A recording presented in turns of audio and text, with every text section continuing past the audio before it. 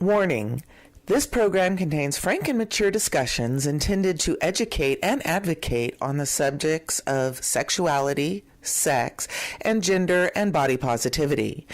Due to the nature of the topics being discussed, this may include subject matter and language that some may find offensive.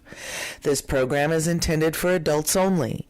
If you are under the age of 18, if such material offends you, or if it is illegal to view such material in your community, please exit now. Brown chicken, brown cow. Brown chicken, brown cow. Brown chicken, brown cow. Brown chicken, brown cow. Brown chicken, brown cow. Brown chicken, brown cow. This is fun. Brown chicken, brown cow. Brown chicken, brown cow. Hello, everyone. This is Monkey. I'm sitting here with my good pal, David. Say hi, David. Hey, everybody. And, you know, we have a great segment here today. Some of the advancements in, I don't know advancements, but understanding of the sex-positive world and the ability to buy toys for your sex-positive life have really come into flourishing. But there are some people out there who have made a lot of headway and were early bastions and sword rattlers, let's say, for this cause. Do you know anything about this, David? Well, about sex toys being the asexual side of this, not a whole lot. I know about vibrators, and that's pretty much the extent of it. Wow. Well, we're going to learn a little bit about this company today. We're going to meet with Good Vibrations. Let's bring them in right now. Hi, how you doing? Great. I'm so happy to be with you. And who are we talking to today? I am Carol Queen, and I am the staff sexologist at Good Vibrations. I've been with this company since 1990, and Good Vibrations has been around as we speak for a little over 40 years. So we did kind of get in on the ground floor of that sword rattling that you mentioned. Wow. Absolutely. Can you tell us a little bit more about what Good Vibrations is and how, you know, the products that they provide and services and maybe classes that they have? Sure. Well, Good Vibrations is originally a women-founded, women-owned shop. The founder, Joni Blank, had a master's in public health, was a sex educator, sex therapist, and she worked with a group of pre-orgasmic women with therapist Lonnie Barbach at the medical school at UCSF. And when they got around to the part of the course where women were encouraged to go get a vibrator and check it out to see if that helped them orgasm, women so often would throw up their hands in the air and go, oh, I couldn't go into one of those places, which, as you know, the scientific term for those places is dirty bookstore. Oh, boy. That Joni ultimately realized that she could make a difference in this whole process in these people's lives by making a place that was comfortable. And so this women orientation was very important at the get-go, but almost right after the company opened, fellas put their nose around the door like Kilroy was here and said, hey, can you come in? You know, we don't like those places either so much. Well, who knew? So gradually, but surely it became a place that was focused on everyone of every gender and orientation, every adult who needed something to make their sex life better, to play with, to enjoy, to explore, whether they were solo or with a partner or two or three. And so what that adds up to is, of course, vibrators. Good Vibrations will always put vibrators front and center as a wonderful kind of tool and toy, but also dildos, harnesses, anal play, G-spot toys, BDSM toys. Relatively recently, we added lingerie and sexy stuff, sort of boudoir, exhibitionist, dress up and feel sexy and play kinds of things. And, of course, condoms, lubricant things so that you can have what sex you're going to have in the safest way possible. That's always been part of what we cared about as well. Awesome. So David, have you been keeping a list? That was a very comprehensive list. I have, and wow, there's a lot out there. So now you can add on to that just vibrators. So you see, there's a lot more stuff out there. So clearly, you have a question, Dave? I do actually. I was wondering, with Good Vibrations, I'm assuming you still work in the store. I work in the store sometimes, but my main job is now office-based, and I do education for the staff. I talk to the press and the public. Hey, you all. Hey! Fabulous form of the press, and, of course, a direct link to the public. Hi, public. And so that's part of what's going on. But I am in the store enough to have a general sense of what people are coming in, asking about, looking for, and so on. So hopefully that is a correct answer to your question. So as someone who educates, actually, it's perfect. I was wondering, what's the most common question or problem that you face with people? Like, what's the most common question you get asked?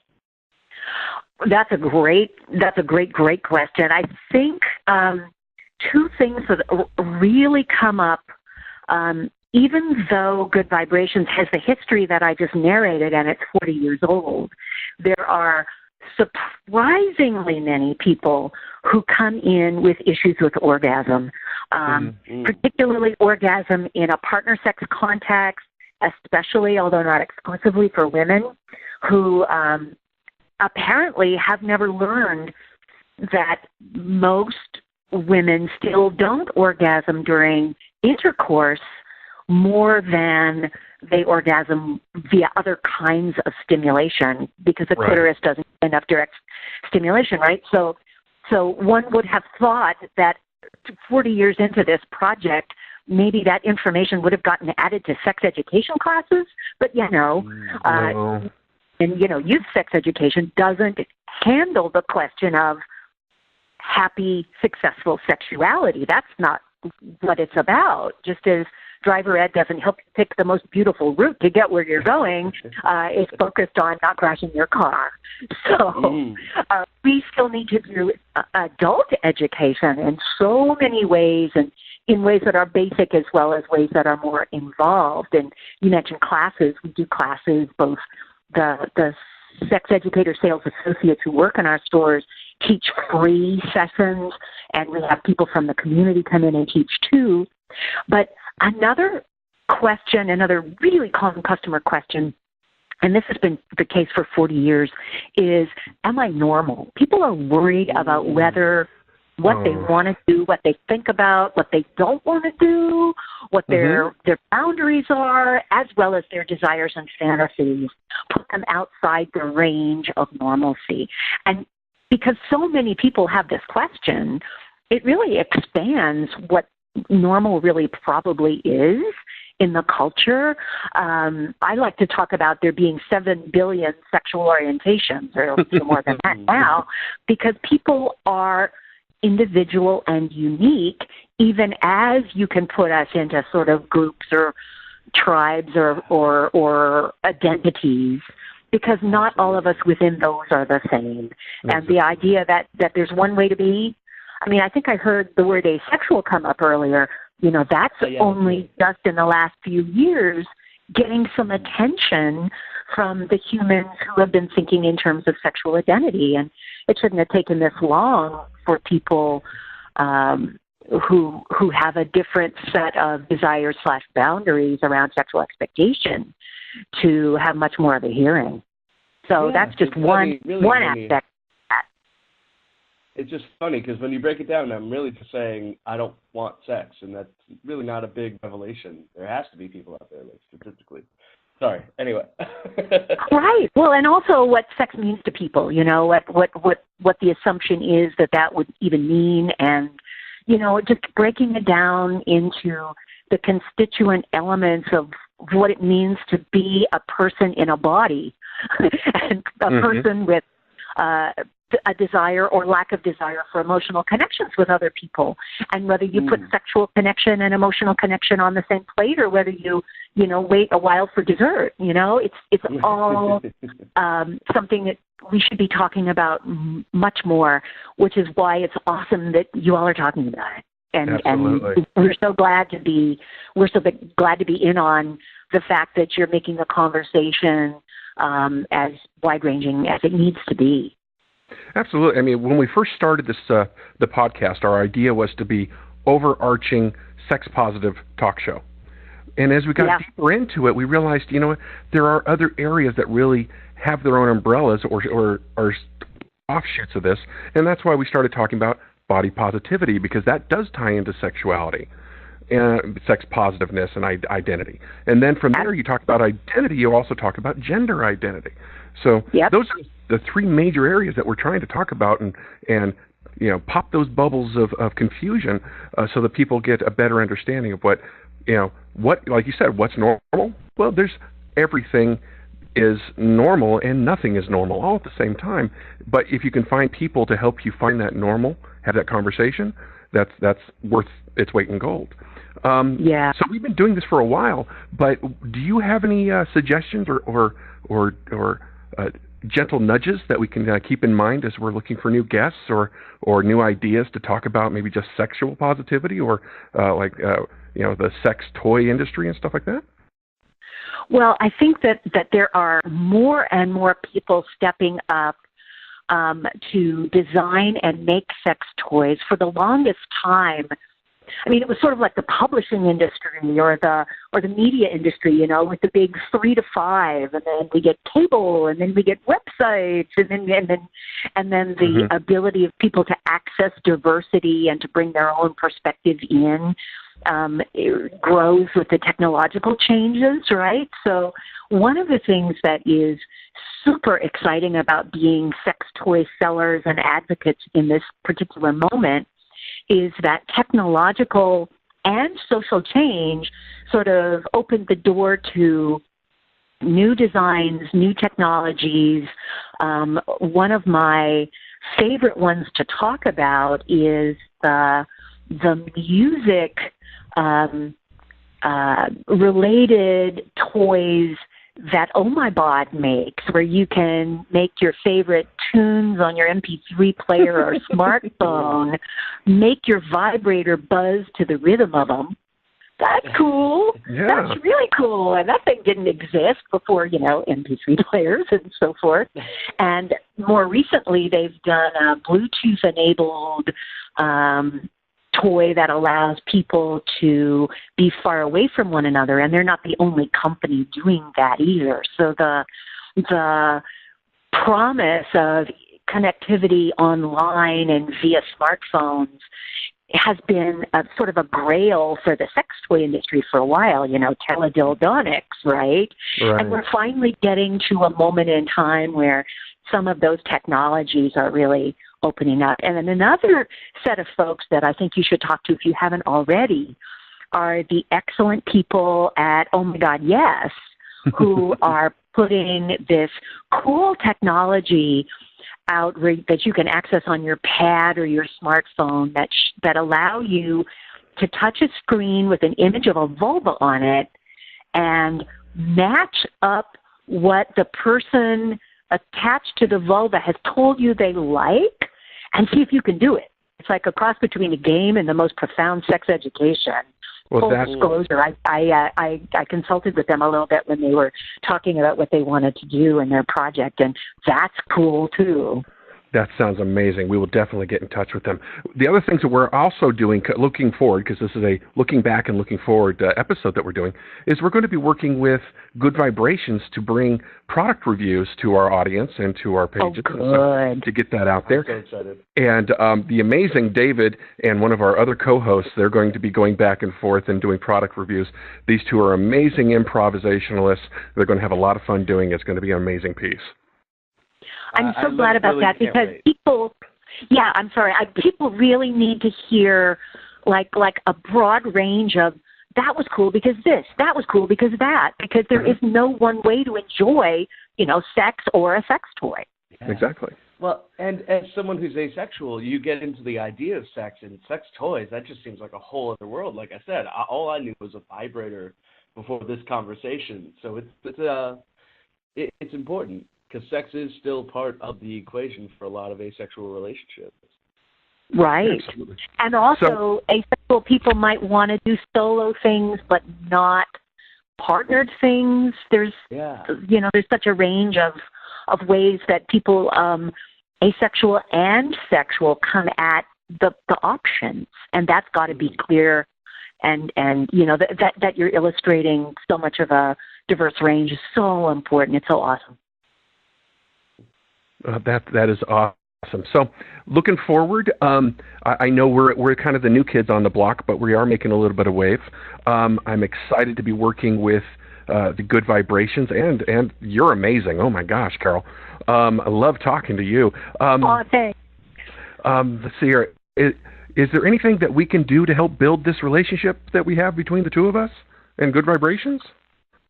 Well, I definitely think we should talk more if you all want to. I mean, I think there are other terrific people. You should talk to our wonderful Andy Duran too, who's got all kinds of information and perspective. And one of the things that I know Andy loves to talk about is porn, because he brings a film lover's view to the question of porn. And so many people think of porn as like basically one thing. Porn is so many things. You know, if you ever do porn reviews, that's fun too. And I just think that keeping our relationship open around the sort of innovative people that come to teach our classes, maybe some of those people would want to come and be guests on your podcast too. That just seems like a wonderful way that we can keep those doors open. That sounds amazing. Well, David, do you have anything left? Oh gosh, no. This has been really we've had 15 minutes just about, and it's been super informative for me already. I can't wait to do it. It'll be like a flash. Oh my gosh. Yeah. Anyway, Carol, we thank you for coming on the show today. You're, like I said, you're amazing. I have to bring you back again and again and again because I love talking to you. And so, how do people find you? And Good Vibrations. Good Vibes Toys is our social media handle, so you can find us that way on Twitter and on Facebook, and I think on Instagram and stuff. And I'm at Carol Queen on Twitter, and I'm on Facebook too, although I never can figure out how to work that platform. It overwhelms me, which is probably a good thing under all the circumstances. And people should come and visit a Good Vibes store if they're in San Francisco or Boston. Mm-hmm. There are a couple in the Boston area and several in the Bay Area. And if they don't usually come to a place to look at sex toys in real life, it's cool compared to looking online, which is also cool, because you can see everything laid out before you. And it's like a rainbow and this diversity of different kinds of stuff. And people look at the wall of vibrators and they're like, why are there so many? It's like, that's incredible. Sexual orientations, people. That's amazing. Well, Carol, thank you for joining us today. David, you know who we have up next? Who do we got? You don't know? I thought you knew.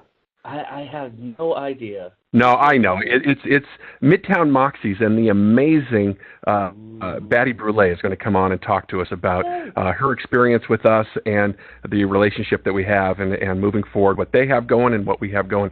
So we're going to be right back after a few messages, and that's about it. Say bye, David. Bye, David. Oh, boy. Hi, guys. This is Sean Monkey McAnee, Monkey for short. You know what? If you're in town here in Sacramento, or if you're anywhere, you need to check out Midtown Moxies. They are a Sacramento burlesque troupe that is blowing my doors off. They are amazing. Generally, they have 2 shows a month. One called the Midtown Moxies and one called Moxie Crush. You need to go to midtownmoxies.com or find them on Facebook. They are amazing. They're beautiful. They're funny as hell. Trust me, I wouldn't be advertising with them if I didn't believe in them. They are freaking fantastic. Enough said. Go to midtownmoxies.com. Welcome back to the Brown Chicken Brown Cow Show. We just had an amazing conversation with the Dr. Carol from Good Vibrations. She's just full of information. If you get a chance, go out and check out Good Vibrations. I'm sitting here with the adorable, the incomparable, the undisputable leader of the, I don't know, I just ran out of steam. Heather, I ran out of steam. I'm here with Heather. Say hi, Heather Beth. Hi, Room. Leader of the pack is here, too. Yeah, leader of the pack from the Midtown Moxies. We have Batty Brule. You hear her giggling in the background there. She's just making fun of me. I think she's actually pointing and laughing. I'm used to the pointing and laughing. I've gotten a thicker skin about that one, but it's okay. Hi, Batty. How are you? Hi, I'm great. How are you? Moderately not unwell. Thank you for asking. I'm just good. I'm not as excitingly adverbed as he is. I'm just filled to the brim with adverbs. Batty, thanks for being on with us. Thank you for having me. Very excited. So I think that that we're working on a looking back and looking forward series right now, and you've been with us the whole time that we've been undertaking this fun little Brown Chicken, Brown Cow project. So we're just kind of chatting about how our time together has been and how things are going for you and the Moxies and our collaboration with BCBC Podcast. So awesome. Kind of what we're about today. Sounds good to me. I'm excited to be here. You know, us Moxies love you. So. Oh. Mm-hmm. And we love you back. Yeah. We have other things in common other than the Midtown Moxies, but we won't get into all that. But the Midtown Moxies are actually very near and dear to my heart because I've worked with a number of your performers in the past on other projects I've worked on. And then you came into my radar from another group that I was leading. And I saw an opportunity for us to kind of come together and work on exposure for your troupe. And obviously make me look a little bit more legit by bringing the amazing Midtown Moxies. When we first got started, we were actually trying to just become a sex-positive talk show. And we've evolved. We've become a sex, body, and gender-positive talk show. I wanted to get your idea or your thoughts about, how does that fit into, burlesque? And maybe the second part of that is how do you feel that fits into our a wider scope of what needs to happen right now in our current culture? Well, I think they have to go together because I personally don't think you can be sex positive without being body positive and gender positive, and it has to be intersectional and it has to be inclusive, or it's just not working in the first place. And burlesque, one of my favorite things about it, and one of the reasons I keep doing it, even when, my house is covered in glitter and I haven't slept in a week and, half of my performers are sick with the Moxie plague and everything's going sideways and I'm like, why do I do this? But it's because everybody needs to see that person that they can identify with, that they see themselves with, owning that sexuality and owning that body positivity. And that's, for me, largely why I'm doing the show and what our show is about, is that I want every person in my audience, every, female identifying person in my audience to see somebody on the stage that they're like, that person looks like me. If she can get up there and be sexy and own it, I can too. And that's, to me, one of the most important things about burlesque. And it's not exclusive to body image or body positivity. Like, ability level is a huge thing for us too, is whatever your ability level is, me as a producer, I try to cater to that and work around any kind of accommodations my performers need. And having people up on stage who have physical abilities or physical difficulties up there still able to do it is important to me as well, because those invisible things that we don't tend to see, and having that representation is, especially when it comes to sex positivity, something we don't talk about enough and something we don't see enough of. So I think it all ties together. I could talk the whole 15 minutes about that alone. No kidding. Yeah. Well, you mentioned a couple of things in there that I want to touch on. You mentioned intersectionality, which as a nerdy sex geek is one of my favorite ideas, right? About bringing different aspects together and thinking critically about our culture and about how we talk about sexuality and bodies. And then you also mentioned ability, and I know you were talking about like ability level, like, maybe specific. I shouldn't say I know. You could tell me a little bit more about that, because I think about disability, or I think about different abilities, but I also think about exactly like maybe what I meant. Yeah. Oh, sorry. Go ahead. Sorry, I'm a bad phone guest.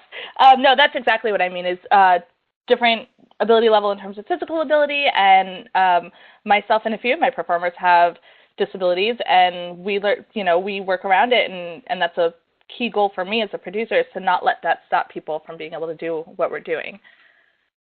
I love that. No, absolutely. And then, yeah, I'm still here. You had a blop. Hi. Okay, here we are. We'll just start from here. So I noticed that also, I just wanted to speak to the intersectionality piece. Like, intersectionality means so many different things. It means ability, it means body positivity, and it also means, like, other types of diversity, right? Like gender expression and race and ethnicity and different aspects of that. So I was wondering if you had any thoughts about other aspects of intersectionality that go into putting together a burlesque performance. Whew, there's a lot to say about that too. Absolutely.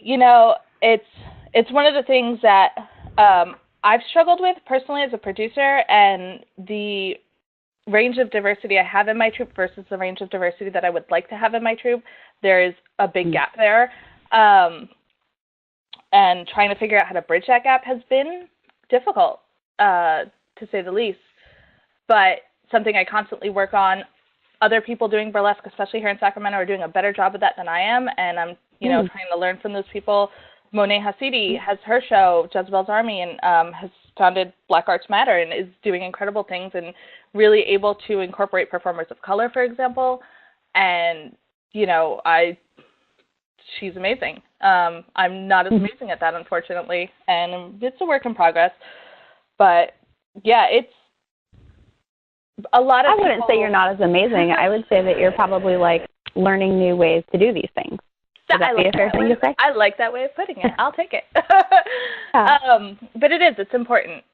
It's so easy to just focus on, the more easily represented groups or the more visually represented groups, because it's like a cycle. The ones that you see the most are the ones you focus on, and then they become the ones you see even more, and then the ones you focus on even more, and then all of a sudden everyone else is invisible and missing from the conversation, and it's a huge problem.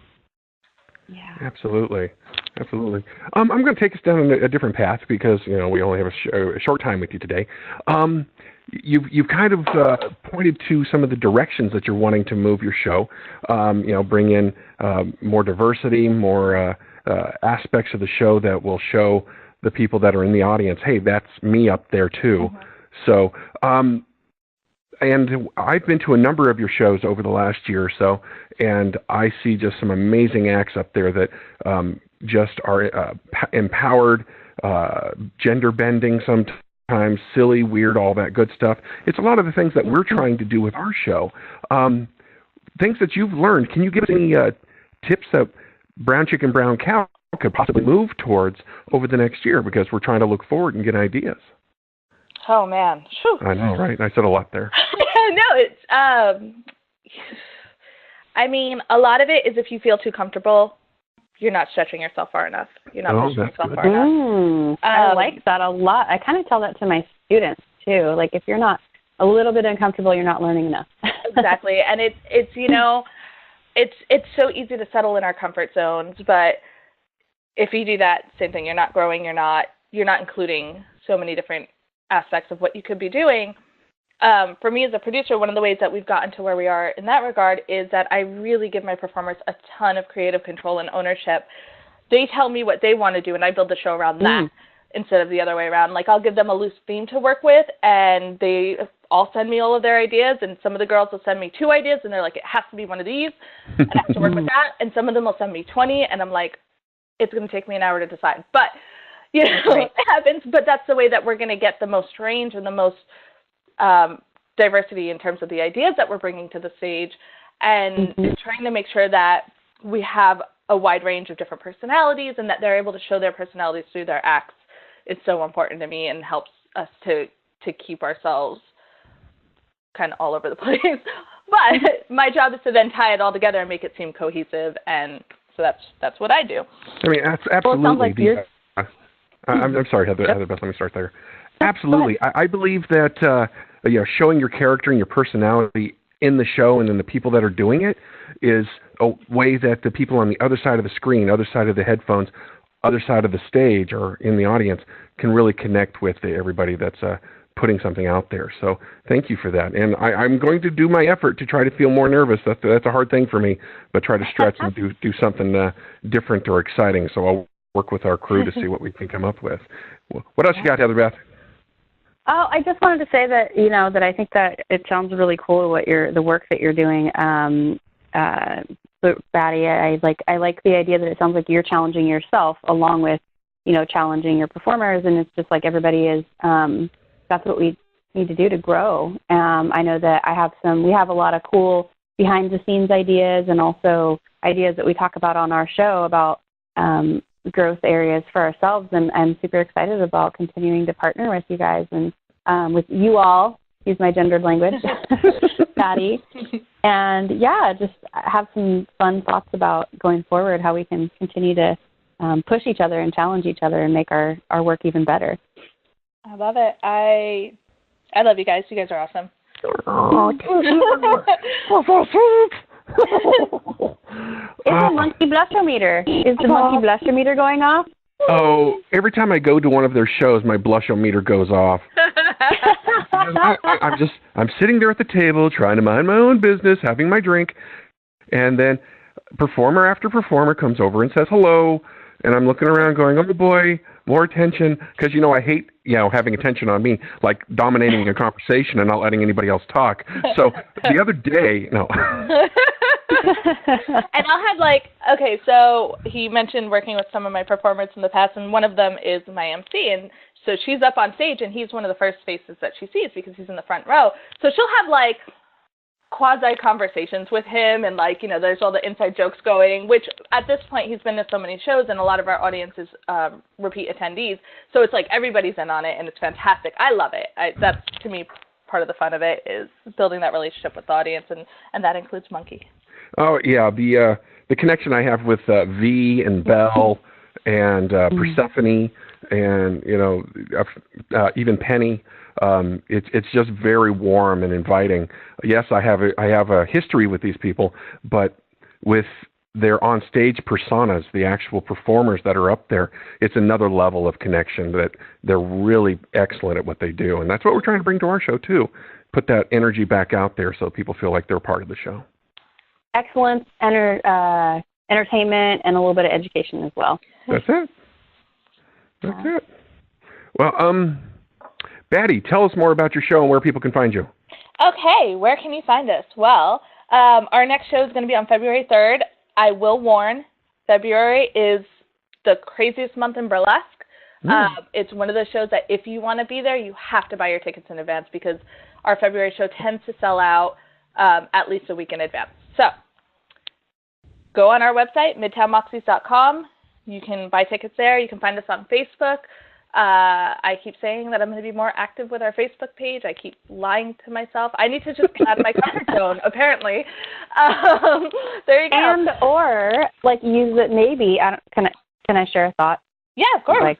I don't want to tell you what to do with your life, but I have found that a fabulous resource is college students who are looking to expand their skills and practice a project. So I would suggest you call Sacramento State, communications department and see if there's any awesome sex positive burlesque babies who want to get into doing social media for you. I love that idea. I know what I'm doing tonight. That is brilliant. When in doubt, outsource it. Right? Oh my gosh, that is brilliant.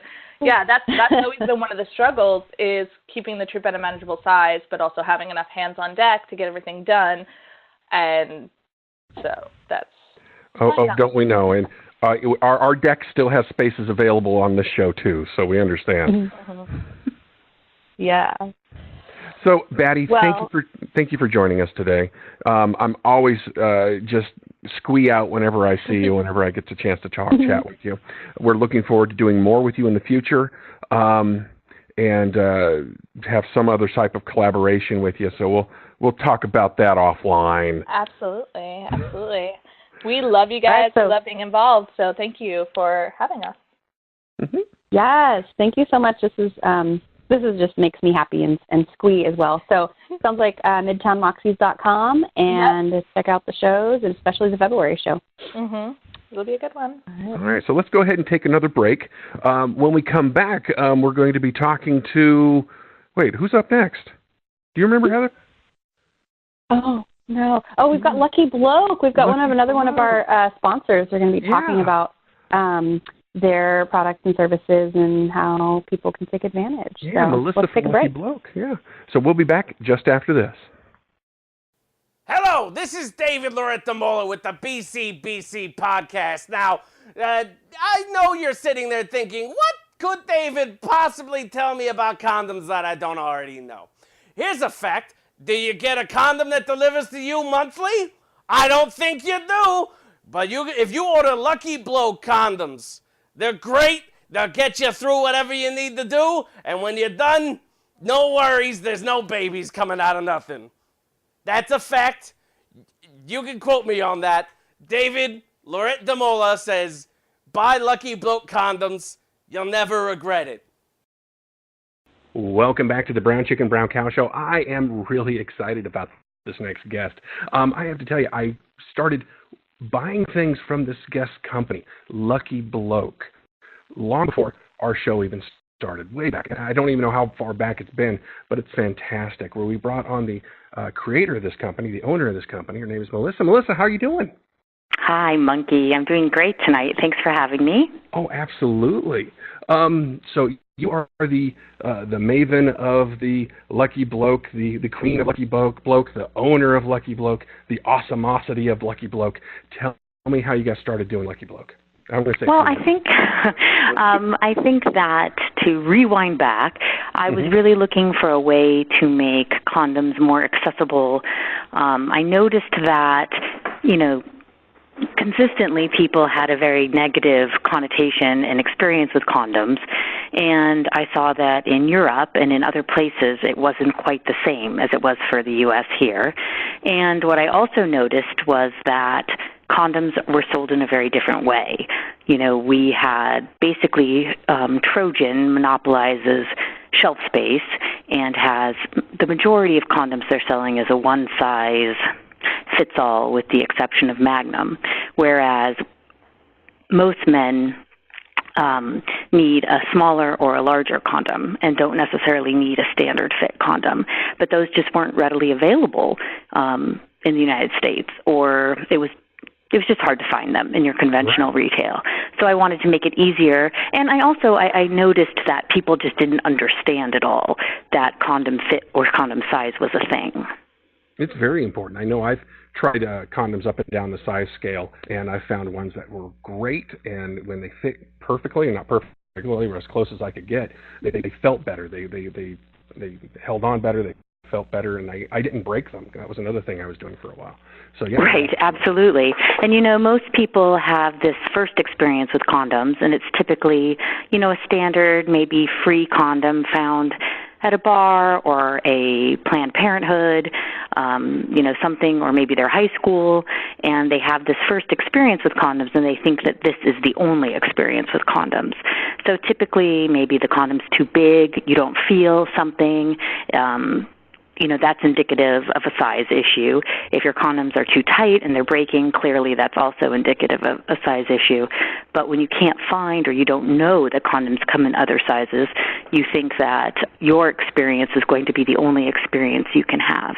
And one of the, I think, cheeky things we do on our site is we have a way to assess condom fit, and we are trying to get people to move men and their partners to move beyond that thought of length being what, penis and condom size is about, when it's truly about girth. And so we have a little cheeky trick you can do with a cardboard toilet paper roll, and it gives you kind of a sense of which areas of condom size you should be exploring.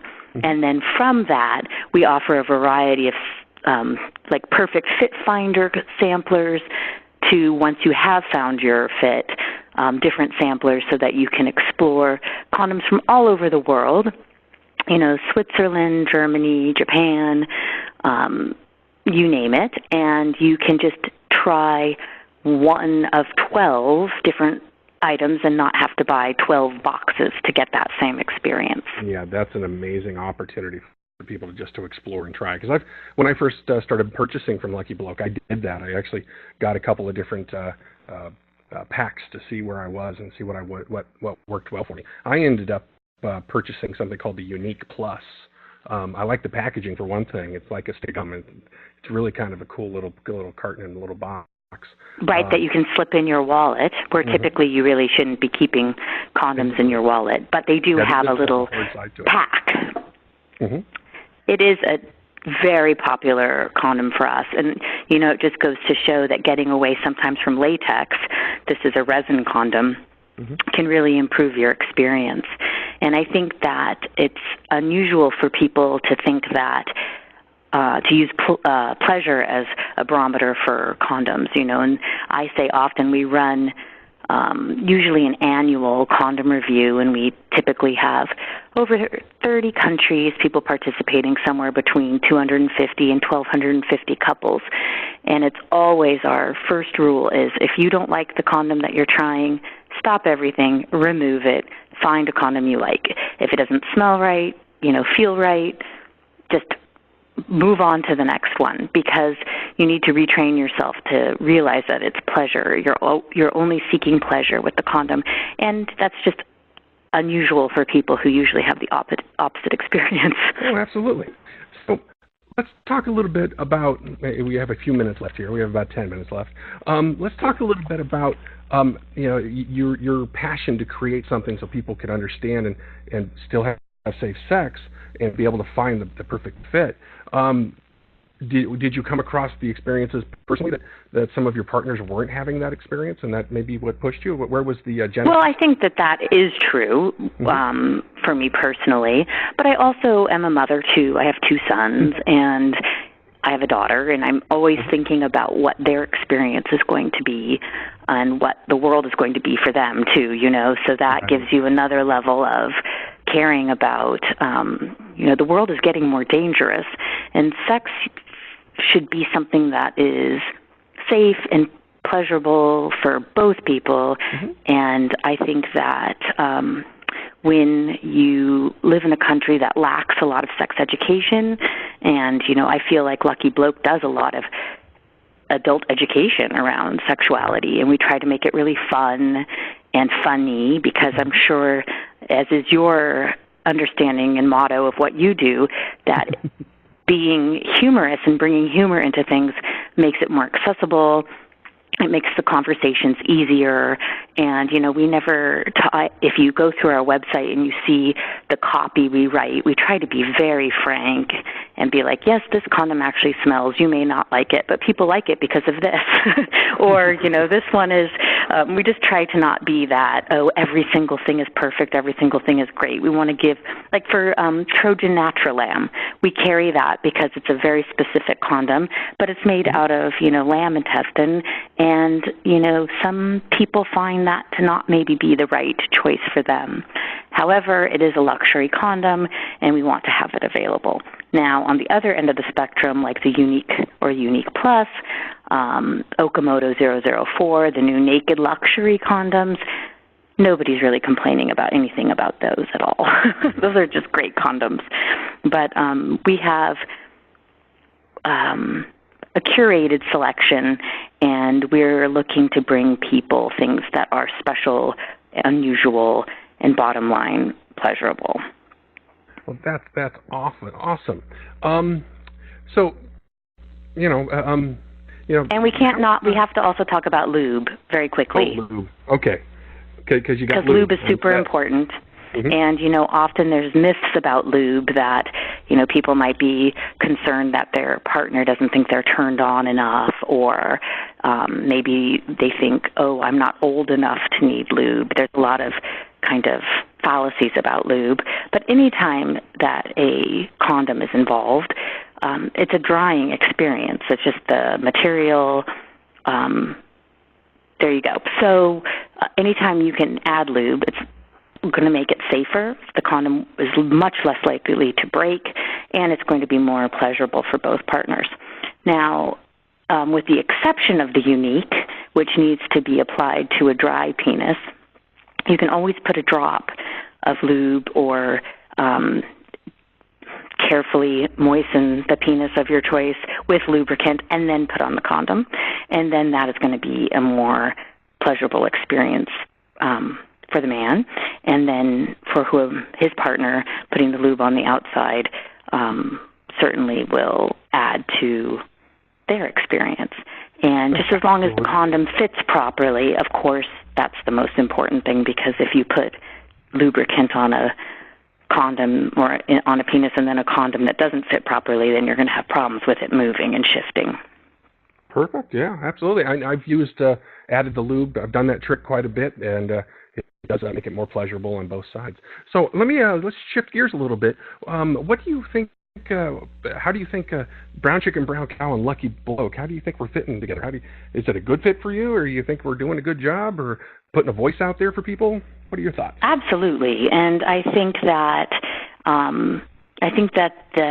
removing the shame, being sex positive, being inclusive. I love one of the things that you say, and I don't have it in front of me to quote it exactly, but it's basically like, you know what you like, as long as it's safe for both partners, we don't have to like it. Yeah. It's like, what you like, we're going to like you.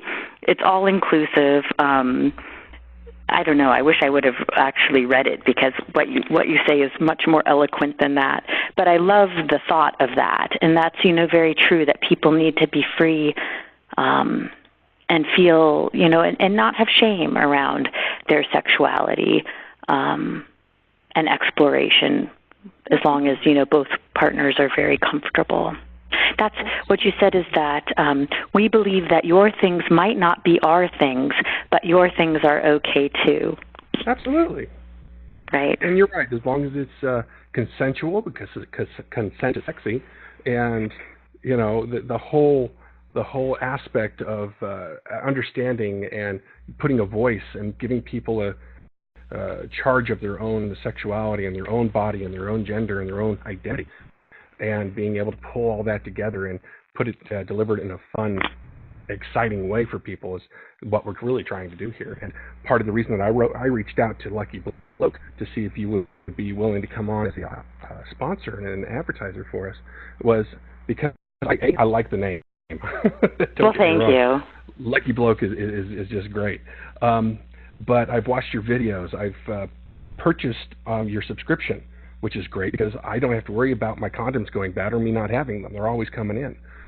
So, and it's easy to pause when you or add something new.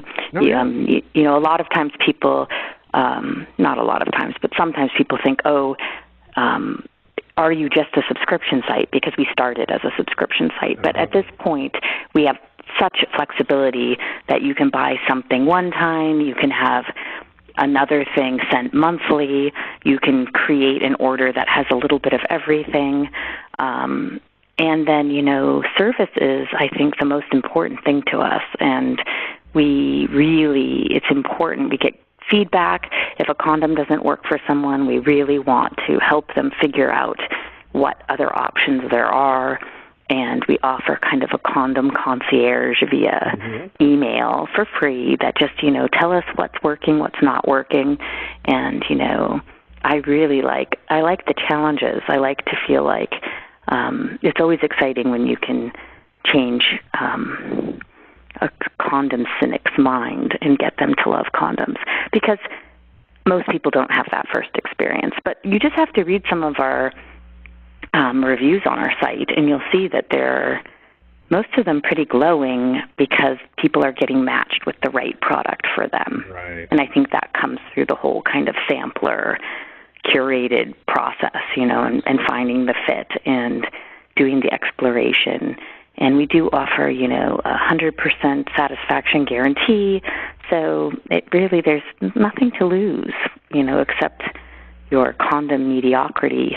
That's about the only thing you can lose by shopping with Lucky Bloke. So absolutely. So let me ask you this: where would you like to see Lucky Bloke and Brown Chicken, Brown Cow go to? How would you like to see us grow together? Do we have some multiple choice options? Oh, okay. Cookie making. Because I'd like us to both have, I'd like to have twin Teslas. Oh, there you go, twin Teslas. That'd be awesome. So if that's one of the options, A, B, C, or D. No, what kind of things do you have in mind? Because of course we would love to support you, and we're very excited about the success that you're finding, and it's great to have partners. I think one of the things that you actually already started with us is you put together a special for us. Can you talk about that? Yes, the special. Well, we just wanted to have, to give your listeners a bit of incentive to give Lucky Bloke a try, and so we created a code, which is just very easy to remember, Brown, and then 20, so BROWN 20, will give your sex-positive audience 20% off their first order of any size. And what's really cool is no matter where you live in the world, because we do have customers in 95 countries, we ship packages for free once you spend $24. So that's a hard deal to beat, especially like if you're in Sweden or Iceland or Croatia. Sorry about that. Didn't realize my beep beep beeps were on. That is fantastic. Well, Melissa, I want to say thank you for coming on the show. We have so much more to talk about in the future. I know we're going to be growing together. We'll get those Teslas soon. And really, it's been a pleasure to literally and figuratively, to be a customer of yours and to work with you, and now to be able to talk to you in person on the air. Thank you so much. I feel the same way. So, best of 2018 to you and your team. Well, thank you very much. On the way out, guess what, everybody? This has been our set on our sponsors and the people that have helped us get to where we are, but there's more. Next week, you want to tune back in for everybody else. We have a few past guests that come on the air. We talk about their experiences on the show, what they like and what they want to see moving forward. We have so many more things going on this month with the looking back and moving forward.